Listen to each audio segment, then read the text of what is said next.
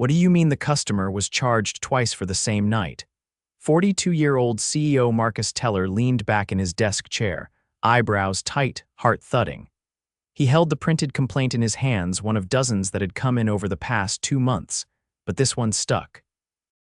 It wasn't about noise, dirty sheets, or rude staff. It was about money guests getting billed for things they didn't use.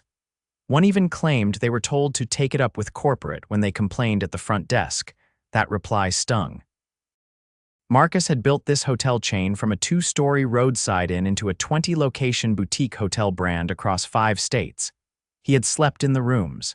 He had scrubbed toilets in the early days. He knew what this place was supposed to represent: honest, clean, and welcoming. But lately, it didn't feel like that anymore. Headquarters was flooded with excuses from district managers about staffing shortages, new systems, or misunderstandings. But none of it added up. Marcus didn't want another spreadsheet. He wanted the truth, so he decided to go get it.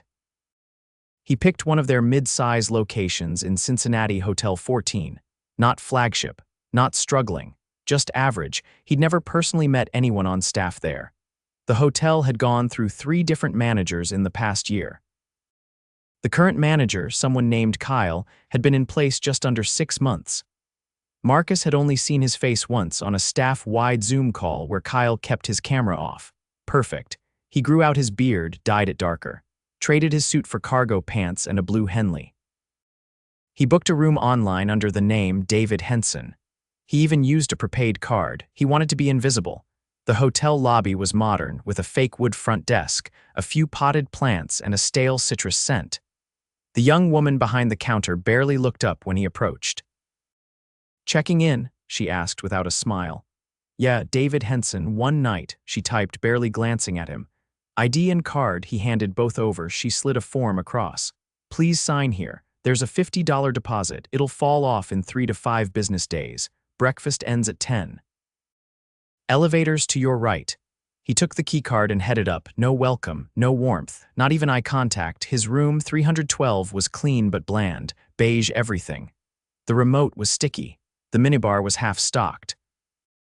A bottle of water on the desk had a sticker. $6.99 will be added to your bill if consumed.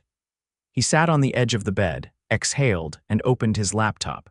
He went through the hotel's internal guest system, something only he and a few top-level IT people had access to. He searched his alias. His jaw tightened. He had been checked in for 2 nights, not 1. The rate was higher than the one he booked online. And somehow there was already a minibar charge for $21.95. He hadn't touched anything. He checked the timestamp. The charge had been added before he even reached the floor. His stomach turned. Later that evening, he went down to the lobby. The same woman from earlier, her name tag, read Alyssa, was now chatting with a man in khakis and a blazer, leaning against the front desk. The man didn't notice him at first. "I've told you, just add the minibar charges. Most people don't check their invoice. If they do, tell them they probably forgot they opened something," the man said. Marcus froze. Alyssa was nodding. "It works, Kyle. I just don't like doing it to the older guests. They get angry." Marcus stepped forward. "Hey, sorry to interrupt. I had a question about my bill. I noticed I'm being charged for 2 nights, but I only booked 1. Kyle turned, forced a smile. "Oh yeah, sometimes the system auto-extends your stay. I can reverse it. Also, there's a minibar charge. I haven't touched anything." Kyle didn't blink. "You sure? Housekeeping scans the bar before check-in. If it shows something's missing, it gets added, but I can remove it if it's an issue." Marcus watched him carefully. "Appreciate it." Back in his room, he couldn't sleep. Over the next 12 hours, he kept watching, listening, talking to staff. Most were quiet, cautious, but one stood out. A housekeeper named Angie Morales, mid-30s, wore headphones while she cleaned. But when a guest stopped her in the hallway, she pulled them off and smiled like she meant it. She helped an elderly man carry his luggage up 3 flights when the elevator broke. She even left a handwritten note with a joke and a mint on Marcus's pillow. By the next morning, Marcus had gathered enough. He watched Kyle lean over the desk, whispering to Alyssa again. "Room 405, that guy's a jerk. Add the bottled water. If he argues, just say he didn't see the sticker." Marcus stepped forward, calm but firm. "Hey, Kyle." Can we talk privately? Kyle blinked. Sure, what's this about? Let's go in your office. Inside, Marcus locked the door. Do you know who I am? Kyle frowned. No, Marcus reached into his back pocket and pulled out his real ID. He laid it on the desk. Kyle's face went pale. I'm Marcus Teller. I own this company. Kyle took a step back, his mouth opening and closing. I heard everything. I saw the upcharges. I saw the scams. You've been stealing from guests, Kyle. I didn't, he stammered. It's just minor fees. Everyone does it. No one complains. Not anymore, Marcus said, voice low. You're done here. He opened the door. Gather your things. Now, Kyle left without a word. Marcus stepped into the staff room. Alyssa stood near the coffee machine, nervously fidgeting. I heard what you said to him, Marcus said. And I'm not going to fire you, but you're on thin ice. One more dishonest charge, you're gone. Her face flushed. I'm sorry, I was just doing what he told me. He said corporate backed it. Corporate is me, and I don't. He turned to Angie, who had just walked in with a mop. Angie, you free for a chat? She nodded, surprised. They stepped into the office. I saw what you did yesterday, Marcus said. Helping that man, the notes you leave, the way you treat guests like people, that's the kind of employee we need. She blinked, confused. Wait. You're the CEO, he smiled. Yeah, and I want to offer you a promotion, guest experience supervisor, better hours, a raise, and full benefits. Her eyes welled up. I thank you, really, I needed this, he nodded. You earned it. As he walked out into the lobby, guests were checking out. A few were already being refunded. It was a start. But Marcus knew there was more work to do, and this time he'd be watching closely. Marcus returned to the hotel 2 days later, this time without checking in. He didn't need a room. He wanted to walk the hallways, watch the rhythm of the place after the dust had started to settle. Kyle was gone. HR had processed his termination, and a temporary manager had been sent in from another location, Sharon, a no-nonsense veteran who'd run the Detroit property for 5 years. She didn't know Marcus personally, but she knew the standards he expected. The lobby felt quieter now, not silent but less tense. The front desk staff stood straighter. The phone was answered on the second ring. A guest passed by holding a complimentary coffee cup and said good morning to no one in particular. Someone behind the counter returned it with a genuine-sounding, hope your stay's going well. Marcus didn't respond. He wanted to see how deep the rot had gone before deciding how to clean it up for good. He found Angie on the second floor, pushing a cart of fresh towels. Her new badge guest experience supervisor was clipped to her collar. She was speaking to one of the maintenance techs about a leaky ceiling tile in the hallway near the vending machines.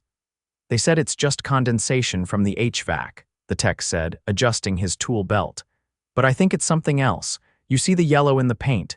That's not new moisture. That's been sitting there. Then let's get it opened up, Angie said. Guests don't walk past that and think condensation, they think mold. Marcus approached without interrupting. Angie noticed him and nodded once, finishing her instructions to the tech before turning. I didn't expect you back so soon. I didn't expect to want to come back so soon, Marcus said. You settling in? She glanced at her badge. Trying, still learning how to make people listen without sounding like I'm giving orders.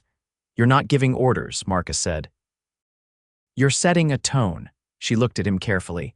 You saw how things were before. I'm guessing this wasn't just one location. No, he said, but this one's where I saw it up close. A door opened behind them. A middle-aged woman stepped out holding a suitcase and a receipt. She looked frustrated. Excuse me, she said, walking toward Marcus and Angie. Do either of you work here? Angie stepped forward. Yes, ma'am. I just checked out, and my receipt shows I was charged for a late checkout. But I left before 11. Angie took the receipt, scanned it, then turned to Marcus. We've seen a few of these. Charges being applied automatically from the old system Kyle was using. Marcus gave a short nod. Let's override it and refund the charge immediately. Angie turned back to the guest. I'm so sorry about that. We'll take care of it right now and send you an updated invoice. The woman's shoulders relaxed. Thank you. I was worried I'd have to call someone in corporate and wait on hold forever. Marcus smiled faintly. We're trying to make that unnecessary. After the guest left, Angie folded the receipt and handed it to Marcus. That's the third one today, she said. Sharon's been auditing the past month of checkouts. It's not good. How bad? Enough to make people question if it was policy. Marcus didn't answer right away. He looked down the hallway where the ceiling tile had been removed. A slow drip echoed faintly from behind the drywall. The maintenance tech was right. It wasn't condensation. He turned back. There's a staff meeting later today, right? 4 o'clock. Sharon's running it. I'll be there. The staff room on the ground floor wasn't built for meetings. It had a vending machine with a stuck keypad, mismatched plastic chairs, and a folding table stacked with stale bagels. The fluorescent lights buzzed faintly overhead. Sharon stood at the front, arms crossed, waiting for people to settle.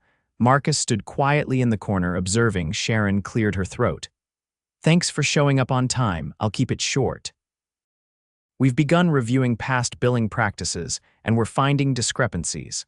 Some of you may have been told to follow procedures that weren't authorized. If you were pressured into anything, now's the time to speak up. Alyssa raised her hand, hesitated, then stood. I didn't know what was okay and what wasn't, she said. We were told to add certain charges and not ask questions. It didn't feel right. But when I brought it up, I was told I'd lose hours. Who told you that? Sharon asked. Alyssa looked down. Kyle. Sharon nodded once. You were not at fault. That's not how we operate. Going forward, every adjustment or charge needs to have a note attached and a reason, no exceptions. Marcus finally stepped forward. Some eyes widened, others just stared. Most of you don't know me, he said. I'm Marcus Teller. I started this company 15 years ago. I've cleaned rooms, scrubbed bathrooms, and carried luggage in the snow. I know what this place is supposed to feel like, and what I found here last week didn't feel like that. The room was silent. I didn't come to fire people. I came to understand what we've become. What I saw was a system where honesty came second to convenience. That ends now. He looked at Alyssa. You were put in a bad position. You made a mistake, but you admitted it. That matters. Going forward, we rebuild this together. No more shortcuts. No more passing blame. Every guest who walks through that door deserves to be treated like they matter. Because they do. Sharon stepped forward. If you've got concerns, bring them to me. If you're unsure about a charge or a policy, ask. We're not punishing questions anymore. We're rewarding clarity. A man in the back, a night auditor named Reggie, raised his hand. What about the billing software? Half the charges are preset. If we don't manually change them, they go through. We're replacing the system, Marcus said, starting next week. You'll be trained on the new one. It'll require confirmation for every discretionary charge. No more assumptions. Reggie nodded. Good, it's about time. The meeting ended quietly. No applause, just a low murmur as people filed out. Some looked relieved, others looked wary. Marcus couldn't blame them. Later that evening, Marcus walked the perimeter of the building. The side lot had a broken light fixture. The rear entrance's keycard reader was loose, hanging from a wire. It was the kind of neglect that didn't show up on spreadsheets, but it mattered. He found Sharon in the laundry room, reviewing supply logs. This place wasn't falling apart, he said. It was just being ignored. Sharon didn't look up. People stop caring when they think no one's watching. Well, I'm watching now. And I need someone here who doesn't wait for permission to fix things. She closed the binder. You offering me something? Not yet. But if this turnaround sticks, I'll need a new regional director in 6 months. Someone who's willing to be on site, walk the floors, talk to staff. Someone who's not afraid to clean lint traps if it comes to that. Sharon leaned back against the table. You really think people at the top will go for that kind of hands-on management? They won't have a choice. I'm rewriting the playbook. She studied him. Then I suggest you get better shoes, she said. You're going to be on your feet a lot more. He gave a short laugh. Fair enough. As he left the room, he passed Angie in the hallway. She was holding a folder, reviewing feedback forms from guests. One of them had a handwritten note at the bottom. Best stay I've had in months. Staff seemed like they actually wanted to be there. It was a small thing, but it felt like momentum. Marcus didn't believe in turning things around with speeches. It would take months, maybe longer. But for the first time in a while, the foundation felt solid again. And the cracks, he planned to fill every last one. Marcus arrived unannounced that Thursday afternoon, stepping through the side employee entrance with his badge clipped plainly on his belt loop. He wasn't trying to be invisible anymore. Enough of that. The point now was to be seen not as a CEO perched above them, but as someone who knew what a broken ice machine sounds like when it's been neglected for too long. He didn't call a meeting, no clipboard, no prepared speech. He just walked the property, one hallway at a time. The third floor had a lingering dampness near the vending alcove. Not overwhelming, but enough to notice. He made a note to ask about the HVAC filters. The hallway runner had a small tear near the elevators, something subtle enough that guests might trip without realizing what caught them. Angie passed him on her way down, nodding once without stopping. She was reviewing a guest room checklist, pen in hand, her pace deliberate. Downstairs, he found Sharon in the back office, standing beside a whiteboard filled with shift rotations. She was mid-sentence with a man Marcus didn't recognize, tall, mid-40s, sleeves rolled up to the elbows, eyes sharp but not unkind. "This is Trey," Sharon said without looking away from the board. New front desk lead, came over from the Louisville location, took one look at our check-in script and tried to rewrite it on the spot. Trey stepped forward. Wasn't trying to overstep. "Just figured if we're going to change how we treat people, the first 30 seconds shouldn't sound like a rental car counter." Marcus narrowed his eyes slightly. "What did you change?" Trey crossed his arms, stripped the jargon. Dropped the part where we explain the minibar charges before they even get their key. Added a question, "Is this your first time staying with us?" Makes it personal without being invasive. Marcus tilted his head. "You test it yet?" "Yesterday. 2 out of 3 guests smiled. One asked if we were under new management." Sharon gave a quick nod.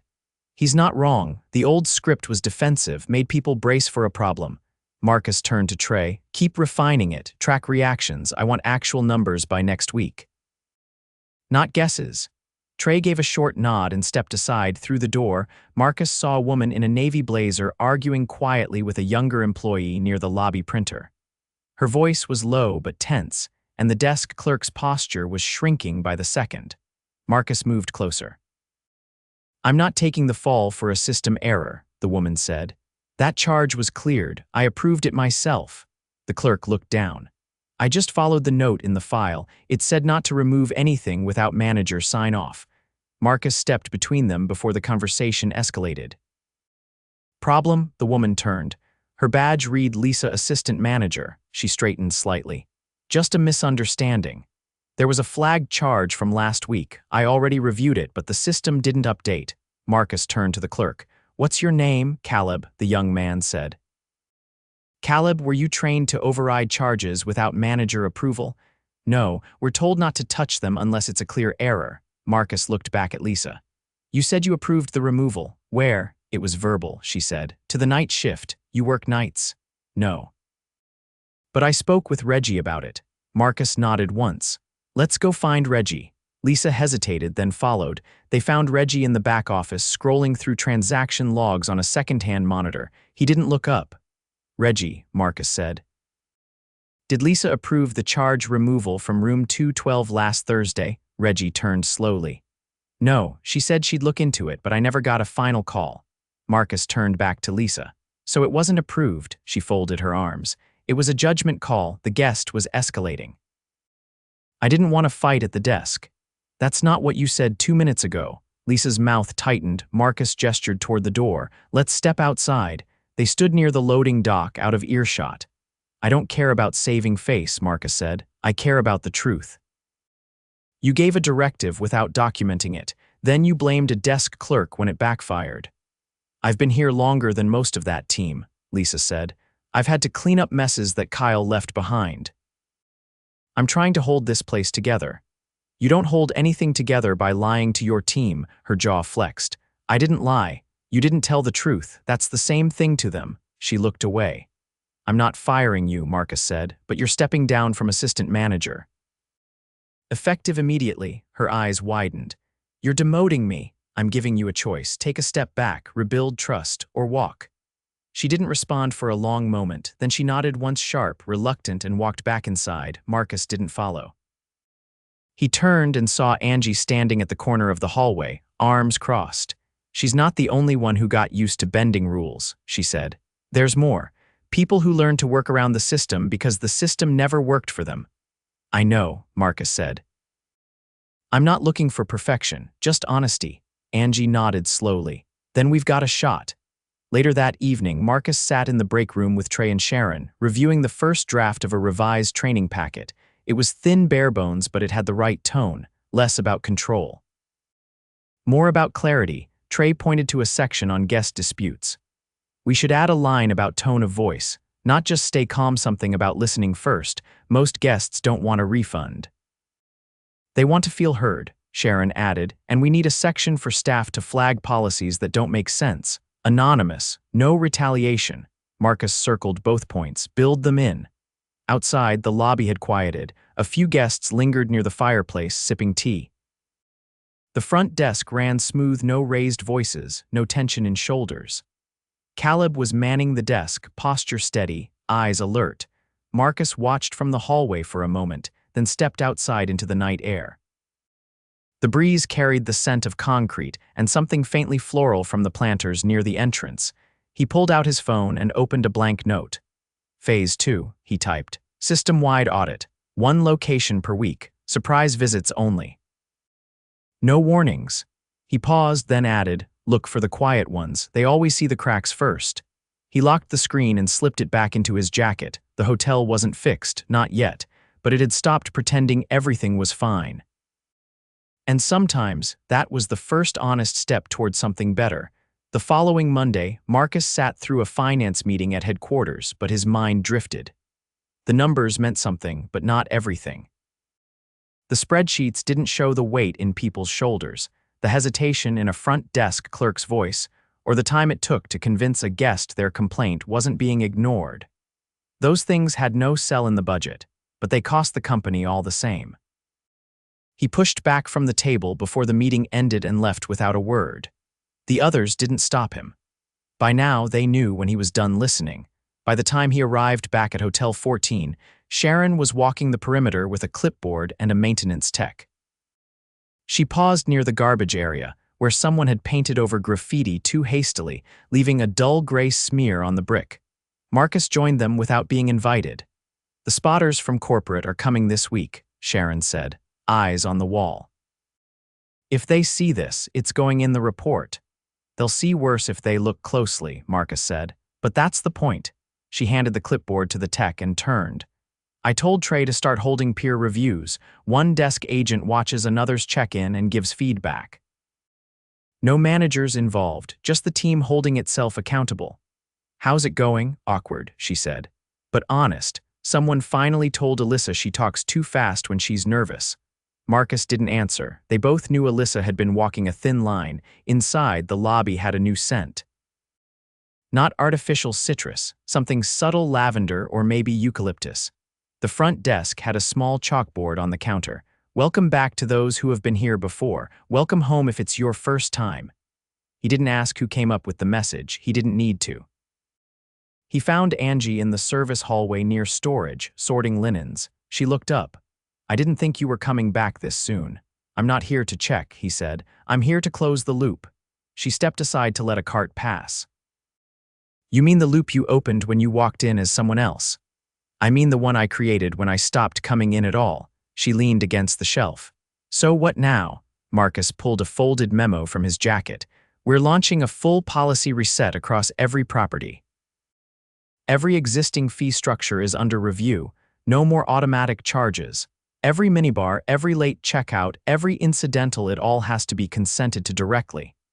Angie scanned the page. And enforcement, random audits, not scheduled, no notices. If a location gets flagged twice, their bonus structure is frozen for the quarter. She handed it back. That's going to rattle some cages. That's the idea. Later that day, Marcus gathered the staff in the guest lounge, not the break room, not some back hallway. He wanted this to happen in the open, where both the guests and the employees could feel the weight of it. The lounge had large windows and natural light. No barriers between people, just space. He waited until the last of the housekeeping team arrived before speaking. I've been in and out of this location for weeks now. I've seen the good, the broken, and the in-between. What I saw most was people trying to work inside a system that taught them to survive instead of serve. No one moved, no phones, no glances exchanged. That's on me. I built the system. I let it drift. He paused and looked around the room. We're starting over, not with paint or slogans, with structure. There's a new framework coming to every property, and it starts here. He turned to Sharon. She's staying on permanently, not as interim. As manager. There was a small shift in the room, not applause, but an exhale, a release of some unspoken pressure. Then he turned to Angie. And she's moving into a new role, guest experience director. That's not a title we've had until now, but we need it. She'll be reporting directly to me on guest trends, staff morale, and anything that doesn't fit a report. Angie blinked once, but didn't speak. Marcus continued. There are no shortcuts in this version of the company, no gray areas. If something's unclear, ask. If something feels wrong, report it. No retaliation, no backroom deals. And if anyone, manager or otherwise, tries to tell you the guest won't notice, remind them that the guest isn't the only one watching anymore. A hand went up near the back. Caleb. What happens if the numbers drop? If we stop charging those extra fees, won't revenue dip? Marcus nodded. Short term, yes, but long term, we'll earn loyalty, and loyalty buys more nights than fees ever will. Another hand. Reggie. What about properties where the managers won't change? We've got a few, they'll be replaced, Marcus said. Quietly, quickly, and without appeal. The room went still again. After the meeting, people dispersed slowly. Some lingered. A few approached Sharon quietly. Others returned to their posts with a new kind of focus. Marcus walked through the service corridor and out to the loading dock. The air was cold, but dry. He leaned against the rail and watched the parking lot for a while, not for any particular reason, just to see who came and went. The rhythm of the place mattered now. Trey joined him a few minutes later, holding a printout. Got a guest survey from last night. Thought you'd want to see it. Marcus took the paper. The survey wasn't long, just a few checkboxes and a comment section. The last line read, "For the first time in a long time, I felt like I could trust the person behind the counter. That matters." He folded it once and slid it into his jacket. "I'll be back in a month," he said. Quietly, "Don't tell anyone." Trey nodded. "We'll be ready." As Marcus walked to his car, he passed the lobby one last time. The windows reflected the afternoon sun, and inside he could see a guest laughing with a desk clerk over something small, a joke, a shared moment. Nothing extraordinary, just two people acting like people. He didn't go back inside. There was nothing left to fix today.